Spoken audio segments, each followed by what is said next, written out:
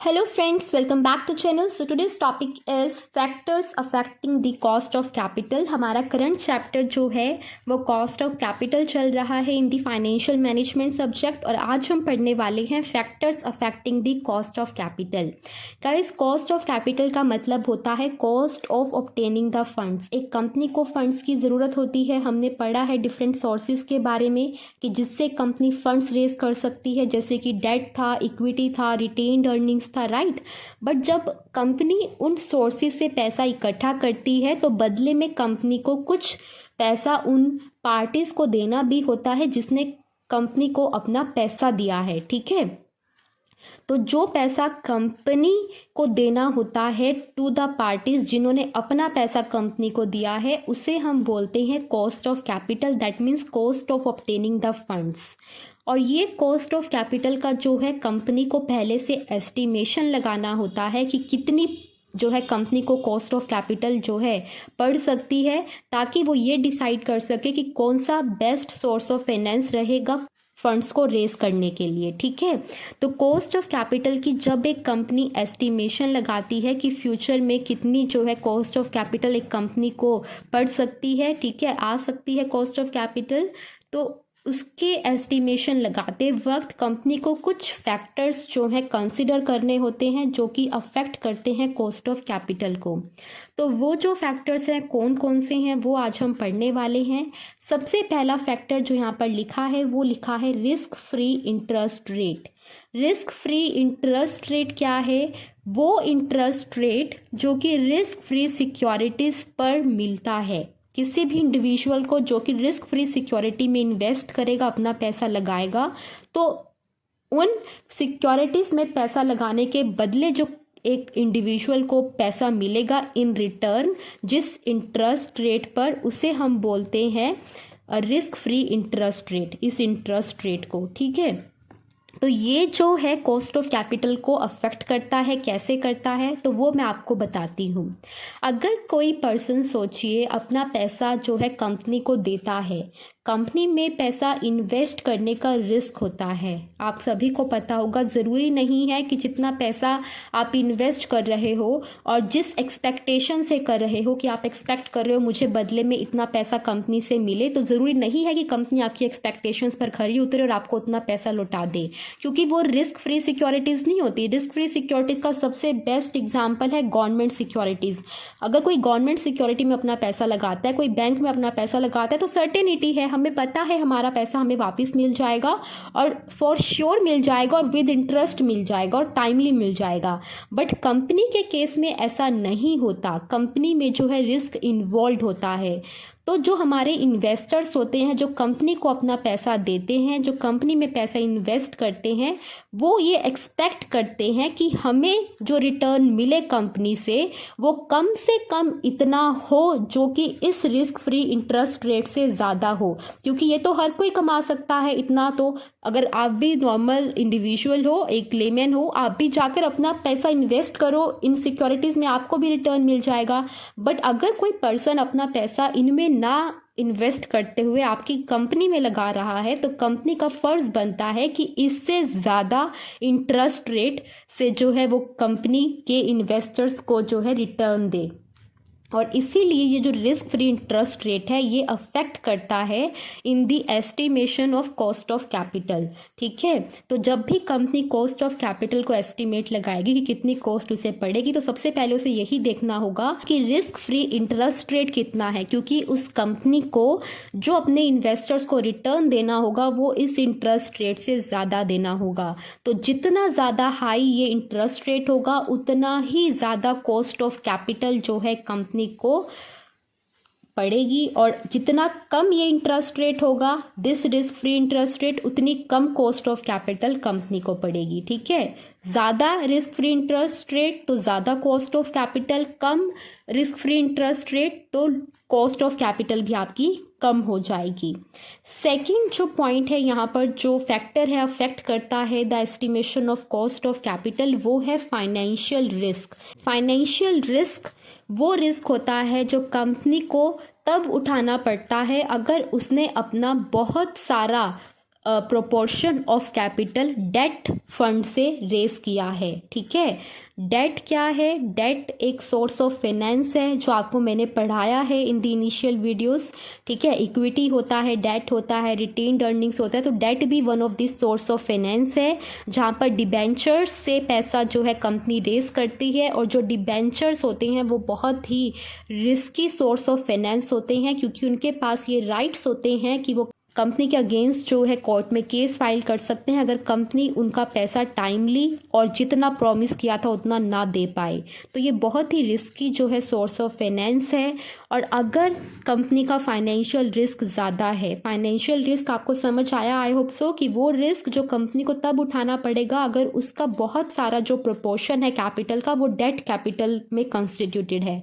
ठीक है, क्योंकि डेट कैपिटल एक रिस्की सोर्स ऑफ फाइनेंस और आपने बहुत सारा amount of fund debt capital से रेस किया है, दैट मीन्स आपका जो कंपनी का फाइनेंशियल रिस्क है वो भी ऑटोमेटिकली जो है क्या हो जाता है, इंक्रीज हो जाता है।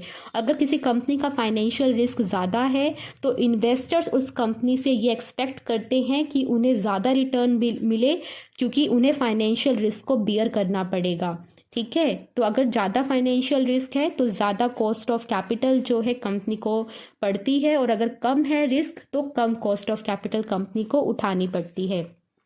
ठीक है, तो सबसे पहले तो इन पॉइंट्स को समझने के लिए आपको पता होना चाहिए कॉस्ट ऑफ कैपिटल का मतलब। अगर आपको ये नहीं क्लियर है कि कॉस्ट ऑफ कैपिटल क्या होती है तो आपको ये पॉइंट्स नहीं समझ में आएंगे। कॉस्ट ऑफ कैपिटल का मतलब प्लीज़ क्लियर कीजिए। मैंने ट्राई किया है इस वीडियो में कि आपको थोड़ा सा ब्रीफ में समझाकर आपको क्लियर कर पाऊँ कॉस्ट ऑफ कैपिटल क्या होता है, बट स्टिल अगर आपको नहीं समझ में आया है तो अलग से एक इंट्रोडक्शन वीडियो है, सबसे पहली वीडियो है जहाँ पर मैंने कॉस्ट ऑफ कैपिटल का पूरा आपको कॉन्सेप्ट समझाया है। The first video in the playlist of cost of capital जो मैंने अपलोड की थी वो आप प्लीज़ रेफर कीजिए अगर आपको नहीं समझ में आ रहा है the meaning of cost of capital, क्योंकि उस वीडियो में मैंने बहुत डिटेल से समझाया है।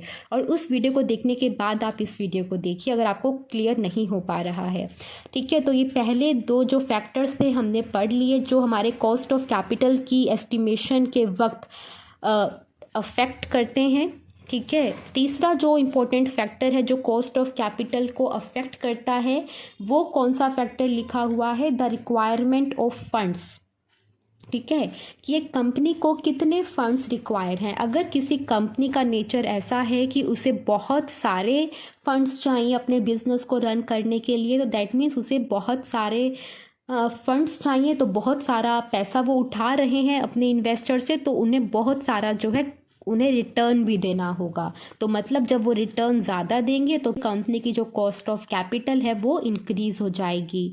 बट अगर कंपनी का नेचर ऐसा है कि उसे ज़्यादा अमाउंट ऑफ फंड्स नहीं चाहिए तो फिर कंपनी की कॉस्ट ऑफ कैपिटल भी लो ही रहेगी, क्योंकि कम फंड्स रेज किए हैं तो कम रिटर्न जाएगा इन्वेस्टर्स को, और कम रिटर्न मतलब कि कॉस्ट ऑफ कैपिटल का भी कम होना। कॉस्ट ऑफ कैपिटल कुछ नहीं है गाइज, ये वो कॉस्ट है जो कंपनी को उठानी पड़ती है in exchange of obtaining the funds. अब मैं किसी से पैसा उधार पर ले रही हूँ तो वो पैसा उधार पर फ्री में थोड़ी मिलता है। उधार पर लेने का मतलब है कि हमें वो पैसा लौटाना है और वो भी इंटरेस्ट रेट के साथ। ठीक है, उस पर इंटरेस्ट देना होगा, ब्याज देना होगा। तो उसी तरह कंपनी भी जब फंड्स को रेज करती है डिफरेंट सोर्सेज का यूज़ कर तो कंपनी को भी इंटरेस्ट देना होता है, कंपनी को भी डिविडेंड देना होता है। तो वही इंटरेस्ट, वही डिविडेंड, वही तो कॉस्ट ऑफ कैपिटल है। बट कॉस्ट ऑफ कैपिटल की जब एस्टिमेशन लगाती है एक कंपनी की कितनी मुझे कॉस्ट ऑफ कैपिटल पड़ेगी फंड्स को रेस करने की, उसको डिटरमाइन करते वक्त ये सारे फैक्टर्स हैं जो एक कंपनी को कंसिडर करने होते हैं, क्योंकि ये सारे फैक्टर्स कहीं ना कहीं कॉस्ट ऑफ कैपिटल की एस्टिमेशन को अफेक्ट करते हैं। ठीक है, नेक्स्ट जो हमारे पास फैक्टर लिखा है वो लिखा है नेचर ऑफ बिजनेस, कि उस कंपनी का नेचर कैसा है। क्या उसे ज़्यादा इन्वेस्टमेंट करनी पड़ती है फिक्स्ड एसेट्स में, या फिर वो फिक्स्ड एसेट्स में ज़्यादा इन्वेस्ट नहीं करता। अगर एक बिजनेस का नेचर ऐसा है जो ज़्यादा इन्वेस्टमेंट करता है फिक्स्ड एसेट्स में, तो उस बिजनेस को ज़्यादा फंड्स चाहिएंगे, लॉन्ग टर्म फंड्स चाहिएंगे, क्योंकि फिक्स्ड एसेट्स वही होते हैं ना जिसमें आपका पैसा, एक कंपनी का पैसा लॉन्ग टाइम के लिए इन्वेस्टेड रहता है और उनको यूज़ किया जाता है फॉर द प्रॉफिट जनरेशन। तो लॉन्ग टर्म फंड्स की जो कॉस्ट होती है वो हमेशा ज़्यादा होती है compare to the cost of short term funds, ठीक है। और इसीलिए अगर लॉन्ग टर्म फंड्स कंपनी को रिक्वायर हैं तो कंपनी की कॉस्ट ऑफ कैपिटल भी इंक्रीज हो जाती है। बट इन द केस अगर कंपनी को ज़्यादा इन्वेस्टमेंट नहीं करनी है फिक्स्ड एसेट में, तो मतलब उसको ज़्यादा फंड्स नहीं चाहिए, उसे शॉर्ट टर्म फंड्स में ही काम चल जाएगा। तो शॉर्ट टर्म फंड्स की जो कॉस्ट होती है वो कम होती है, ठीक है। लास्ट अब हम पढ़ेंगे फैक्टर, वो क्या लिखा है, एटीट्यूड ऑफ मैनेजमेंट, की जो मैनेजमेंट है उसका एटीट्यूड कैसा है, ठीक है। The attitude of management we have to check, और उसके अकॉर्डिंग भी कॉस्ट ऑफ कैपिटल की एस्टिमेशन की जाती है कि जो मैनेजमेंट है कंपनी की उसका एटीट्यूड कैसा है, क्या वो एग्रेसिव है या वो कंजर्वेटिव नेचर की है। अगर वो एग्रेसिव है दैट मीन्स कि वो चैलेंजेस को फेस करने के लिए, रिस्क उठाने के लिए अगर वो रेडी है, तो उस ऑर्गेनाइजेशन को कम फंड्स चाहिए इन दी लिक्विड फॉर्म, क्योंकि उन्हें ये नहीं है कि मेरे पास जो है हमेशा पैसा रहना चाहिए, कोई भी इमरजेंसी हो मेरे पास एक्स्ट्रा पैसा पड़ा होना चाहिए ताकि मैं उस इमरजेंसी को एकदम से जो है काउंटर कर कर अपने बिजनेस को रन कर सकूं, ऐसा वो नहीं सोचती है। तो अगर वो ऐसा नहीं सोचती दैट मीन्स वो ज़्यादा फंड्स रेज नहीं करेगी, जितनी रिक्वायरमेंट है उतना ही रेज करेगी और एक्स्ट्रा फंड्स नहीं रेज करेगी इन द एंटिसिपेशन ऑफ कि मुझे एकदम से बहुत सारे पैसे इकट्ठे मेरे पास रखे होने चाहिए कोई इमरजेंसी के लिए। तो वो ऑर्गेनाइजेशन ये एटीट्यूड जो है नहीं रखेगी और इसीलिए वो कॉस्ट जो है उसकी कम आएगी क्योंकि वो कम फंड्स रेज करेगी। बट अगर किसी कंपनी की मैनेजमेंट का नेचर कंजर्वेटिव है, जो कि चैलेंजेस को फेस करना नहीं जानती या लेना नहीं चाहती, कोई भी चैलेंज या रिस्क नहीं फेस करना चाहती, तो वो चाहेगी कि मेरे पास बहुत सारे फंड्स जो है लिक्विड फॉर्म में पड़े हों ताकि कोई भी सिचुएशन आए मैं उसे हैंडल कर सकूं। तो इस तरह की ऑर्गेनाइजेशन ज़्यादा फंड रेज कर लेती है as compare to the requirement, जितनी रिक्वायरमेंट होती है उससे ज़्यादा फंड्स रेज कर लेती है, जिसकी वजह से उसकी जो कॉस्ट ऑफ कैपिटल है वो भी इंक्रीज हो जाती है, ठीक है। तो ये थे 5 फैक्टर्स जो हमने पढ़े for the determination of the cost of capital जो अफेक्ट करते हैं। आई होप सो आपको समझ में आए होंगे। कोई भी डाउट है please ask me in the comment section, I will try my level best to answer all of your queries, ठीक है। Thank you very much for watching the video, bye bye.